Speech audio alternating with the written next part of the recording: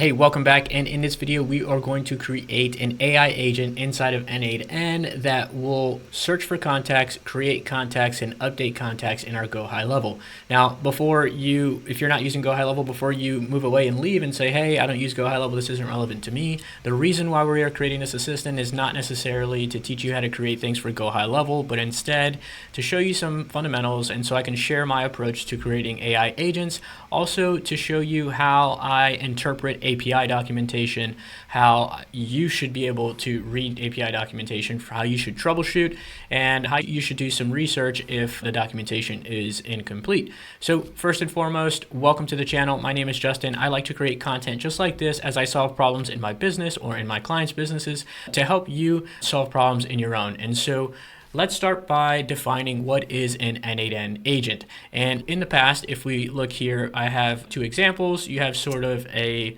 traditional workflow, some will call it a reactive workflow, where you, the designer or the programmer, would come in and define sort of the path that will take place. You have to account for every scenario, if and then, conditional statements, do this, do that. With the advent and proliferation of AI, N8N has come out with something called AI agents. And the great thing about AI agents is they look like this, but it takes the guesswork and sort of the logic out of it. You are leveraging a LLM like OpenAI, Anthropic, or Google's Flash, Claude, all that stuff, and you're letting the AI on the back end process the information with the instructions it has and the tools that it has, and you allow it to make decisions autonomously, automatically, on its own. So you don't have to define every single path that it takes and account for every single scenario that might occur. In this example, instead of creating specific logic, hey, if you have the phone number, create it with the phone number. If you have the email, create it with the email. Just give it the information you have, give it the proper instructions, and let it do its thing with the tools that it has at its disposal. So again, this video is valuable because we're going to deep dive into an N8N AI agent. You're going to see my prompting methodology. You're going to see sort of how I troubleshoot things and how frustrating interpreting API documentation can be. Again, if you don't use GoHighLevel, no big deal. There's probably a application that you use that has an API that can be beneficial to use with N8N and have some sort of automations. So let's go ahead and cover the fundamentals of creating a AI agent with N8N. So first thing we're going to do here is we are in N8N, and I created a new workflow. I named it up here, Ultimate GHL Chat Agent. Really, it's not ultimate. It's going to do three things. It's pretty simple, but there's a lot incorporated in it. So we're going to add the first step, and we are going to add an AI agent. So we search for AI agent here. And the AI agent we're adding here is a tools agent. And that's what we're going to cover in this tutorial.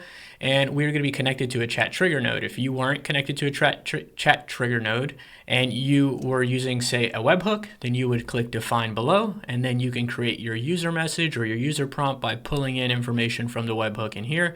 But we're going to use a chat trigger node, which means that we're going to chat within N8N, and we want the AI agent to do something. I often use this method whenever I am creating solutions and testing before I replace that chat trigger with, say, a webhook or a form fill of some sort. So as far as requiring specific output format, we're going to leave that empty for now. That's if we needed to structure the output and send it to another application. We're going to leave it empty for now. That's a little bit of an advanced topic.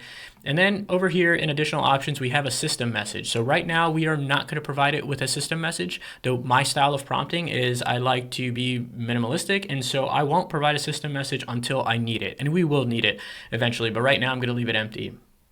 Next, the chat model. This is the brain of the AI agent. So what are we going to use to process the information that it gets? We need to select an AI provider. And in this case, we're going to use OpenAI GPT-4o. So if I come to chat model, OpenAI, and here it says GPT-4o mini, I'm going to come in here and search for 4o. And the model does matter. I found the best performance here with GPT-4o. I'm not going to break down cost and all that. But sometimes if you use different models, and you can use different providers as well, such as Anthropic, Google with Flash. But OpenAI GPT-4o has been pretty useful. I know GPT 4.5 just came out. We're going to stick with 4.0 or 4.0. It has pretty consistent results. So if you don't have a credential connected here, then you can create a new credential, and it's going to ask you for an API key. You can come over to platform.openai.com, assuming you have an account, or you can create API keys, /API keys, create a new key, and then you would just copy and paste that inside of here to create a new credential. But I already have one configured, so I'm just selecting the one that I have. Let's see, we have that created. And next thing we're going to do is start creating our tools. So the first thing we're going to do is create a search contacts tool. So let's come in here. And what I want to do is search the API documentation. If you're new to APIs, most APIs, application programming interfaces, what that means, a lot of words, it's how applications talk to each other. You and I speak English, natural language to each other. You may speak another language, but it's still a natural language to you, your colleagues, your peers. Programs speak very structured languages to each other. And for those structured languages, there are specifications, and that's typically found in what's called API docs or API documentation. So if you Google GoHighLevel API documentation, this is the 2.0 API 2.0 documentation. There's a 1.0 as well. I don't use that because it's outdated. It still works, but it's outdated and soon to be unsupported, so I don't want to build new apps on that. I use the 2.0 documentation, and so that's what this is. And here you have a bunch of functionality that you can do, and so we are going to focus on searching for contacts. Now, we're probably going to start with the most frustrating piece of documentation here because it's rather incomplete. And this is not unique to GoHighLevel. A lot of API documentation is created by humans. A lot of new software, SaaS companies are moving very rapidly, and it's not uncommon for their documentation to be incomplete, inaccurate, or flat out just wrong. And I show you this, and I'm going to give you some sort of tribal knowledge because I've done a lot of research on the GoHighLevel API, but sometimes the API specs are not always going to be correct. You would hope that they are, but they're not always correct. And so you have to do research. And my favorite tools to do research on API documentation is Perplexity, which is an AI tool which will allow you to search the internet pretty efficiently, ｃhatGPT, and Google. So if something's not working, go to chatGPT, phone a friend, go to Google, go to Perplexity, and try to figure it out. But the reason why this is incomplete is this is an API spec. If you've never seen it before, it has some important information here, and we're going to put some of this to use practically. But it's got the method, which is post. It's got the URL, which is very helpful up here. We're going to need that. It's got some required fields that we need to provide it, like a API key, a version, says it's required. And then if you come over here to body, this is the response that we can expect, but this is what it needs as input. The body is empty, which is not typical of an API unless you're just like, I guess, searching for stuff. But we want to be able to query by filter by maybe a name or a phone number or something so that we can search for a contact in our database like you would do if you were in the interface inside of GoHighLevel. Like I can quick search here for Justin and Justin comes up. I want to be able to do that programmatically using the API. You can. It's just not really explained here very well. But if you come here in the docs, it says, hey, if you want to search based on a combination of advanced filters, here's an additional document that's hosted in ClickUp for some weird reason. But hey, it's here.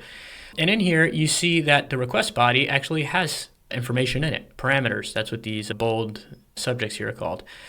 But it's still not accurate. Again, tribal knowledge and research I'll share with you to get this to work correctly. But we need a location ID. We need a page limit. It says we need a page. We don't. We need a page limit. And then we need a parameter that's not even listed in here called query. So we're going to go ahead and create this tool. So let's go pop in here and create tools. And if you notice in here, there is a high-level tool already created. But the reason I'm doing this demo and the reason why we are going to use the HTTP request tool instead of the GoHighLevel tool, there's two reasons. One, the authentication mechanism for this GoHighLevel tool is very complicated and very confusing and a video in and of itself. But two, I want to show you how to fish for yourself. I want you to be able to reference documentation, assuming there is no tool that already exists for you inside of N8N. You can reference your documentation, you can create your own custom tool, and make your AI agent effectively work for you. So instead of using the GoHighLevel pre-created tool, we're going to use this HTTP request tool. And if we click here, it'll create the tool. We're going to name it, and I'm going to name it Search Contacts. I'll give it a brief description of search for contacts. And then the method, as we said here, was post.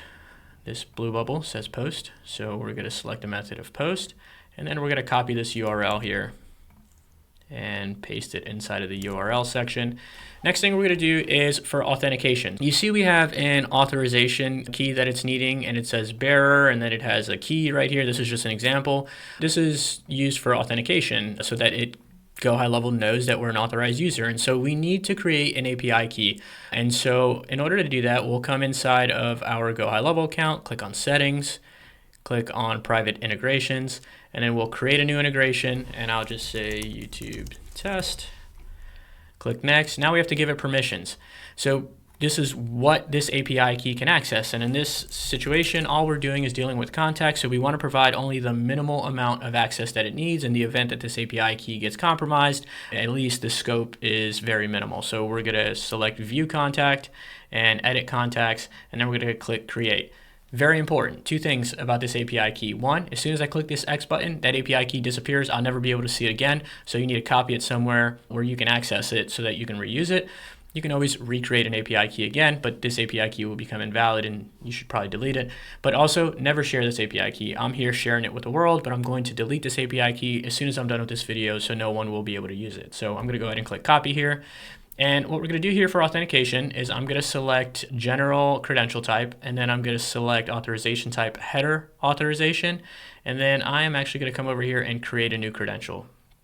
And let's name this YouTube test. And the name is going to be called authorization. Now, whenever you're creating API calls, everything is case sensitive, spelling matters. You cannot include any extra spaces. And so if you need to, it might be best practice for you to just copy and paste, because if you mess even the smallest, if you make the smallest mistake, it makes a difference. And so here in the value section, if I start typing, you'll see it looks like I'm typing in a password and you can't see what you're doing.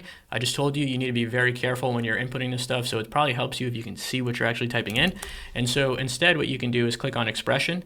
And then here you can type bearer with a capital B, B-E-A-R-E-R, space, because there is a space in the specifications here, and then we need our API key. And I think I made a big, okay, cool. I thought I closed that out and I copied authorization. So I'm going to copy this key, and then I'm going to paste it just as it is. Notice there's no spaces after the key. There's only a space in between bearer and the API key itself, and bearer is spelled correctly. And so what I'm going to do is save that and exit out of that prompt. And here we have the header auth set as test. So that takes care of our authorization header. And the next header is a version header. And so I'm going to copy this. I'm going to come into headers. I'm going to turn this on. And then I'm going to, in the name, I'm going to paste version with a capital V. And then instead of letting the model decide, so right here it says values provided by model and is required. That is if I want the brain, the AI agent, to come up with a value here. And maybe if I had that value inside of the system prompt, hey, all the versions are 2021-07-28, whatever, maybe I can leave it there. But for stuff like this that's static and may change for every single API call, we use the using field below. So we can specify what the tool is going to use, because it's very clear here that it wants us to use 2021-07-28. So I'm going to copy that and I will paste it inside of the value, and it looks like we are done with the headers. Now we need to be a little bit creative here because the documentation is not great. We need to build the request body. And so if I come in here, send body, and turn that on, we're going to start to build out the request body. And so the first thing I'm going to do is put in the location ID. So I'll copy that name, place it in here, and instead of letting the model decide, this is never going to change. So I'm going to use the field below, and I'm going to come into my account and let me create this. I don't know if that recreated a key for me, so let me make sure that by me not clicking the X button, I didn't mess it up. So let me edit this authorization key, and you know what? I am going to delete this and recreate it because I don't trust myself. Let's create a new credential. You get to see it twice. Authorization. Very important that I spell it correctly. Bearer, paste, and click save. And did I not name it YouTube test 2? Cool. All right, so now that's fixed, let's make sure we close this out correctly. There you go, access token is created. So we need our location ID. So we're still in the settings, click on business profile, and then you can find your location ID up here in the corner. You just copy it. And down here, we're going to use the value provided below and paste our location ID. Next thing we are going to set in the body is the page limit. So I'm going to copy this. Again, it's case sensitive. So you notice here the P is lowercase and the L is uppercase. That's called camel case. It's common in programmatic documentation and in coding, and you want to have it exactly as it appears in the documentation. So we're going to add a parameter, page limit, and then we are going to use the field below. And inside of the documentation, it says this is a number. So there's a difference between strings, which is a combination of numbers, letters, special characters, spaces, so on and so forth. A number is just an integer, a number. And so we need to make sure that we pass it as such. And the way you accomplish that inside of N8N is we're going to use field below, click in value, click expression. We're going to type in 2 squiggly brackets. It should automatically put the other 2 closing squiggly brackets on the other end. We're going to type in with a capital N, number, and then an open parentheses, and it'll automatically close the parentheses and put the number 1 in there. And that makes sure that the value that is sent is actually a number and not a string, okay? Not super important that you understand that difference right now, but just know if it says number, that's how you refer to a number. Cool, we have the page limit, and next thing we need to do is query. That is that parameter that's not defined in the documentation, but that I've found through my handy dandy research. So we're gonna add a parameter here, and it's query, all lowercase, and this one, we're gonna let the model decide what the query is. And so it is required. We want it to always provide a query of some sort, but we're not really providing any instruction right now. The system prompt could provide instruction if we need to help define what goes in this query value. And let's leave it as is, and let's see if this will work. I currently have a contact inside of the CRM, Justin Melendez, support at leadbrain.io. So I'm going to ask the assistant, do you have a contact for Justin? And so that should process. It should use the tool that it has. And it says, hey, I found a contact for Justin, and here's his email address. If you need information, more information, feel free to ask. And so it found it. So it used the query, it found the contact, and so it worked. And we still have no system prompt, but it's a pretty simple AI agent. It only has one tool. It can only really do one thing. I wouldn't recommend deploying it this way, but you could see how the prompt isn't necessary quite yet. And so now we have one of our functions knocked out, and the next thing we want to do is be able to create a contact. And so we are going to move this over here, and let's add a tool, add an HTTP request tool, and let's name this create contact.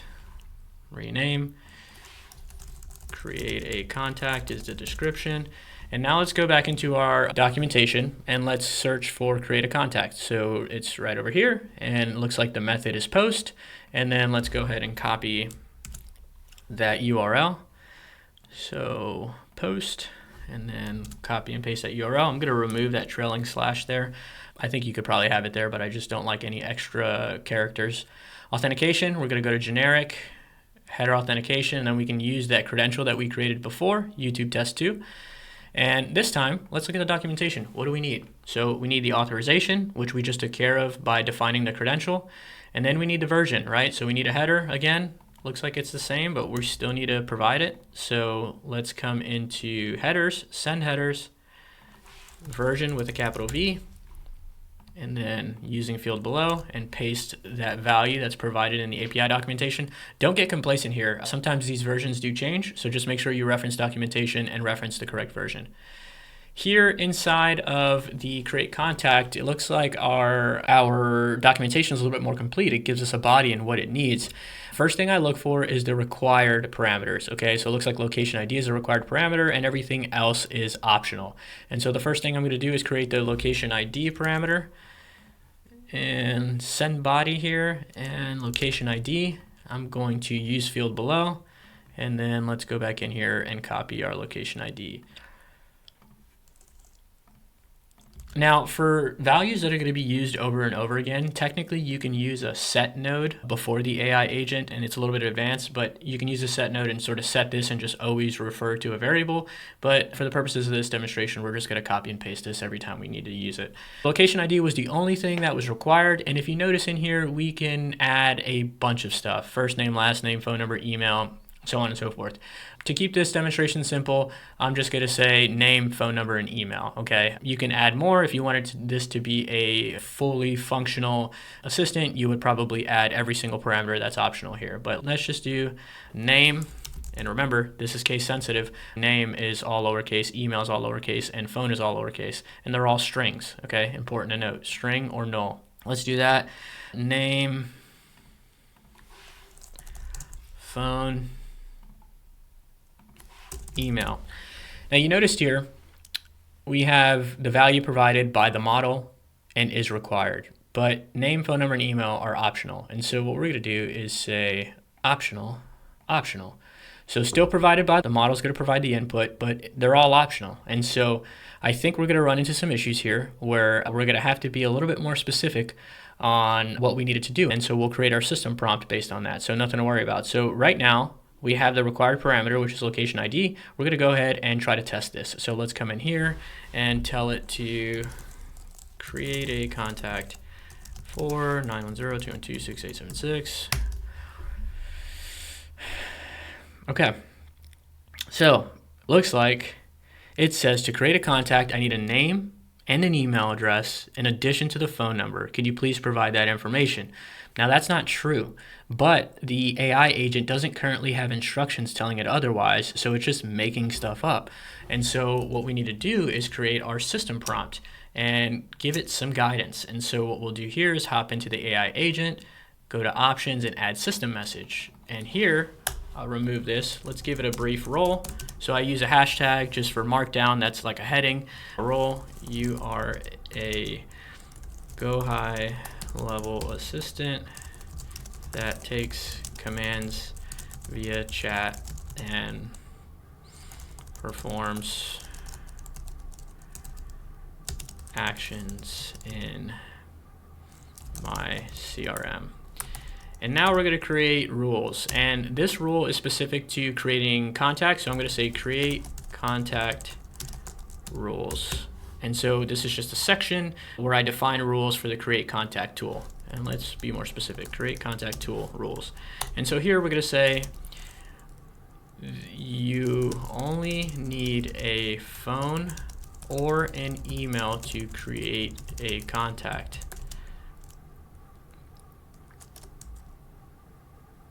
Okay, let's leave it at that. We're going to stay minimalistic. I still think we're going to have issues, but let's see if it actually uses the tool now instead of giving us some made up rules. So let's go ahead and repost this message. Awesome, it tried to use create contact. Let's see what happened. Seems that there was an error creating the contact with just a phone number. Could you please provide a name or an email address to create the contact? So that's interesting. And the reason why this is happening is because we need to be more specific in the prompt, because it's actually sending information in here, and in the documentation it says string or null. And so what we're going to try to tell it to do is, hey, only send the information you have and don't send anything else, because right now it's sending name as empty quotes and email as empty quotes. I just want it to send phone number if that's all it has. And so let's come in here and let's edit this prompt, and let's say only send body parameters you have information for. For example, if all you have is a phone number, do not include or I should say omit the email and name parameters from your request. Let's see if we can fix it. So let's go ahead and just resend this message.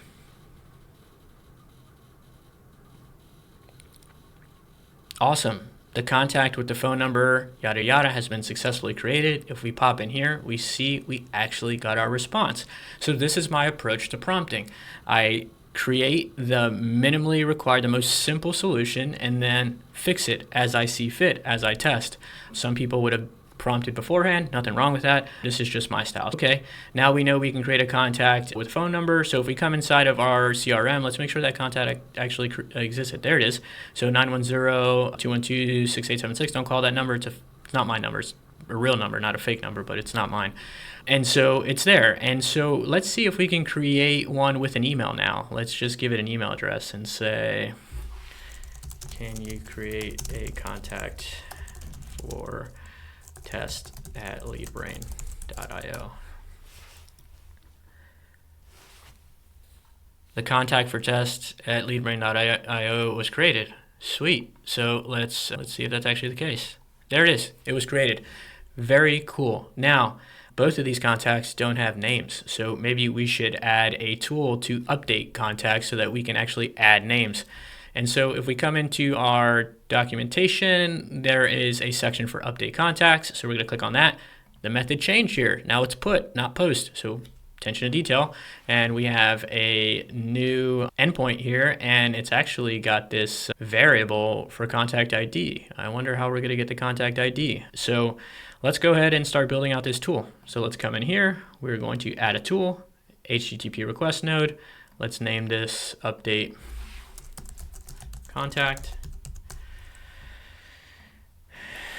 used to update existing contacts. And then the method we said was put, and the endpoint was here. So let's copy that. So for contact ID, if you see here in this yellow section, it says you can use placeholder, okay? This is an important concept in AI agents. Squiggly bracket, placeholder, close squiggly bracket for any part of the request to be filled by the model. Provide more context about them in the placeholder section.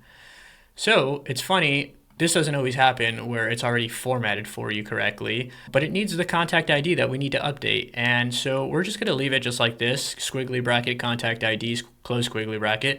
But when we come all the way down here under placeholders, we're going to define what that placeholder should be. And we're going to try to give the language model, the AI agent, enough information to accurately fill in that contact ID with the information that actually needs to be there. If we come into here, let me space this out, create contact returned a contact ID. And when we searched for contacts earlier, it also returned a contact ID, even though I didn't show you that. But we'll get to the placeholder here in a second.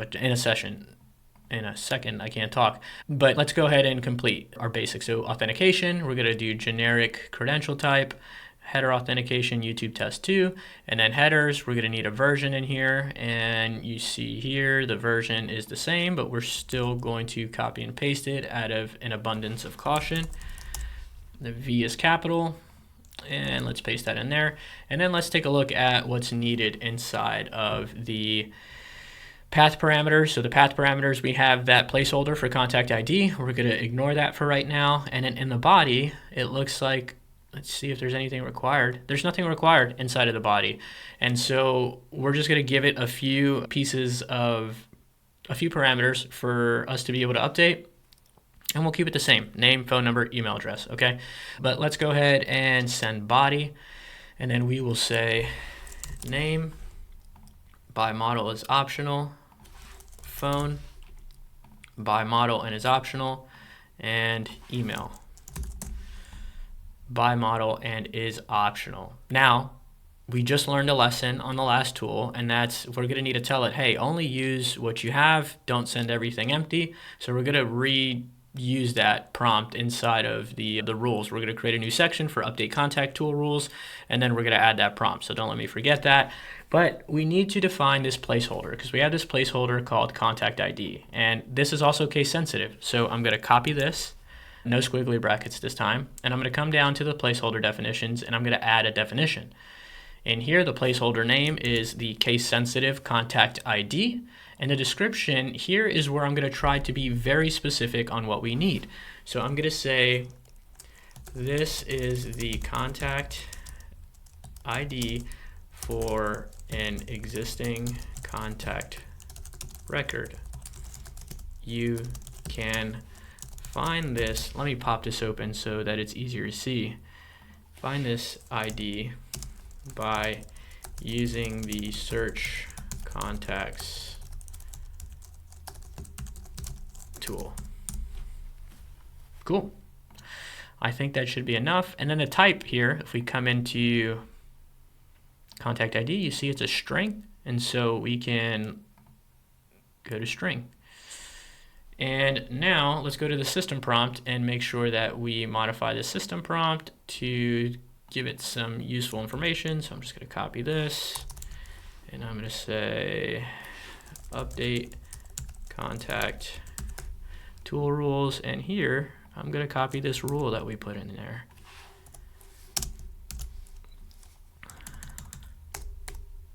All right, so now I'm going to see if we can add a name to the contact that we provided a phone number for, and let's see if we can get this to work. So can you update the contact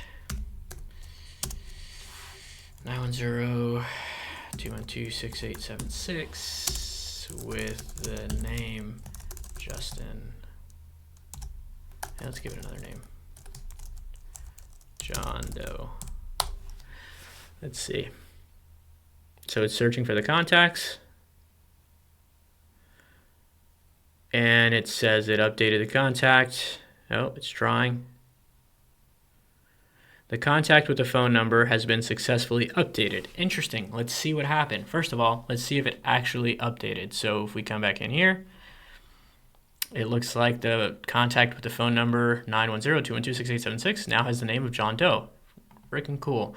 So if we come in here to contacts, it looks like it searched once by the phone number. It found the contact, okay? And then this actually ran twice, and let's see why. The first time it ran, it said there was an error, and it's because the contact ID looks like it was correct. Let's make sure. No, not in there. That's not what we want to look at. Yeah, the contact ID was correct, but it didn't really pay attention to its rules, and it actually sent more information than it needed. The email section here is empty, but the tool is smart enough, and that's the beauty of using AI agents, is that it's like, hey, let me try again, and I'm going to omit that. And so you see now it just provided the name, the phone number, and it provided the contact ID, and it was successful. And really, it didn't even need to provide the phone number. It shouldn't have. And so that's where you would go into your prompting and try to refine that behavior so you have a more predictable outcome. And so in this example, maybe if we come in here and tell it, you only need to send body parameters you have information for. Maybe if we're like very explicit in saying, you can be mean to AI, like you have to be very direct, and we can say, do not attempt to send empty body parameters. Okay, cool. So I just told it, do not attempt to send empty body parameters. Let's see if we can get rid of that extra attempt. Let's give it a shot. Let me come in here and edit this so I can, yeah, James Doe, I guess. Yeah, let's come in here and rerun this.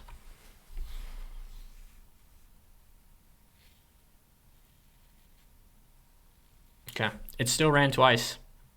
Let's see what it did.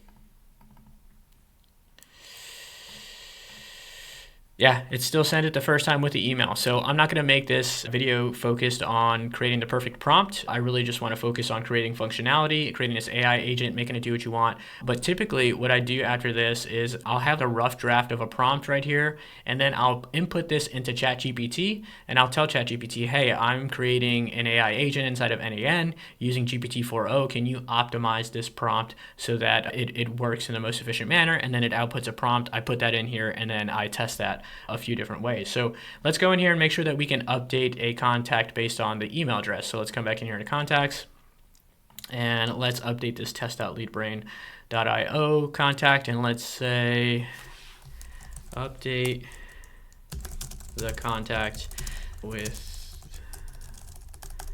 that has an email address of test.leadbrain with a name of Samantha Cortez.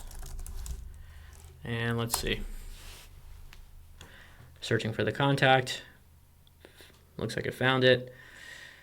And it says the contact with the email address has been successfully updated, and this time it only actually ran once, right? So it ran once the whole time. This is the downfall of agentic workflows, is that the behavior can be somewhat unpredictable. And we have an AI prompt here that is very minimalistic, and so we're not helping ourselves here, but it really relies on how good your prompting is. And so it's very important for you to understand that. So you get rid of the necessity to define everything in logic, but you don't necessarily get the benefits of a predictable workflow. Now, last thing I'm going to end with is, technically we completed our objectives here, but I want to show you this memory module and how it's useful and what limitations you have if you don't have this already defined. So let me move all this out the way. And I'm going to say, do you have a contact record for Justin Melendez?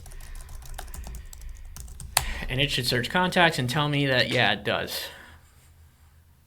Cool. It says, yeah, I found a contact record for Justin Melendez. Here are the details. And now I'm going to say, can you add a phone number, and provide it a phone number, but I'm not going to give it the contact name. I'm not going to give it the contact email, and it's going to act brand new. It's going to say, I don't know what you're talking about, because it has no memory right now. It has no context of a historical conversation. So I'm going to say, can you add I'm going to say, can you update the phone number for that record to 910-515-8585. And it returned a message saying, I need to know which contact record you're referring to, but I just told it. But again, it has no memory. So what we're going to do here is we're going to add a memory record, and then we're going to add a window buffer. And in here, it says it's going to use the JSON session ID, so the session ID of the chat that we're having. But if you weren't using the chat node, you would come in here and say define below. And let's say you were using like a Slack chat, you just would need to look for like the conversation ID, or if you're using like a voice AI agent, then you would use like the call ID or whatever it is. But in this case, it's very simple. We're using the chat. We can leave it as it exists here, and we're using the previous node as the session ID. And then the window length, we'll leave it at 5, but this is essentially the context window. How many messages is it actually going to remember? And so now that we have memory, what I'm going to do is I'm going to resend this first query. Do you have a contact record for Justin Melendez? It stored stuff in memory, and it found the contact record. And now I'm going to say the same thing. Can you update the phone number for that record to this phone number? So let's run that now, and let's see if it actually does it.